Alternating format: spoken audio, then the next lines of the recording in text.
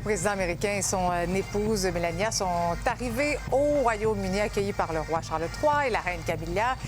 Il est reçu par la famille royale pour sa deuxième visite d'État. Étienne, on sent que la famille royale a mis le paquet. Oui, tout un accueil, 1300 membres de l'armée britannique. C'est du jamais vu. Jamais il y a eu autant de déploiement pour un invité.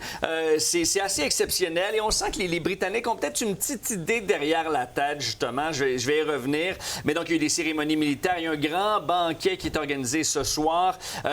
Pourtant, les deux hommes, le roi Charles puis Trump, n'ont pas beaucoup de trucs en commun. Là, hein? Il y en a un qui a 76 ans, 79 ans. Il y a peut-être un petit lien là. Mais sinon, au niveau de l'idéologie, ils n'ont pas grand-chose en commun. Mais il y avait toute cette procession assez impressionnante. Oui, puis beaucoup de manifestants aussi. Oui, par contre, il y a ce comité d'accueil-là. Peut-être la famille royale n'est pas contente de voir ça, mais donc beaucoup de manifestants qui ont accueilli Trump ce matin l'ont critiqué justement sur la question de la Palestine, notamment, critiquent sa vision. Certains l'accusent de dictateur, on le voit sur certaines affiches. Donc, on va aller écouter un peu de ces manifestants et leurs intentions. I don't think that we should be aligning ourselves politically with someone with these morals and values. He don't care for protocol, he don't care for the kings, he don't care for the government, he don't care for the United States, he don't care for anything apart from himself. Nobody can change it.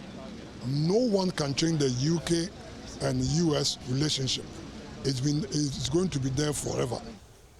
Étienne, quels sont les sujets à l'ordre du jour? Oui, bien, voici le fond de l'histoire. Toute cette montagne de cadeaux, ça cache en fait l'enjeu des tarifs. L'Angleterre a des enjeux économiques majeurs, évidemment, avec le Brexit. Le gouvernement de Keir Starmer, là-bas, est en pleine crise politique.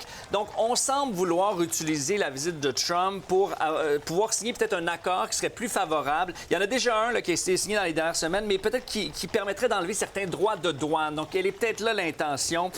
Il y a également de nouveaux accords avec des entreprises, notamment Microsoft qui a annoncé 30 milliards d'investissements en Angleterre. Donc, voici ce que ça cache, cette visite royale. Oui. Bien, merci beaucoup, mon cher Étienne. On fait le point à 17 h.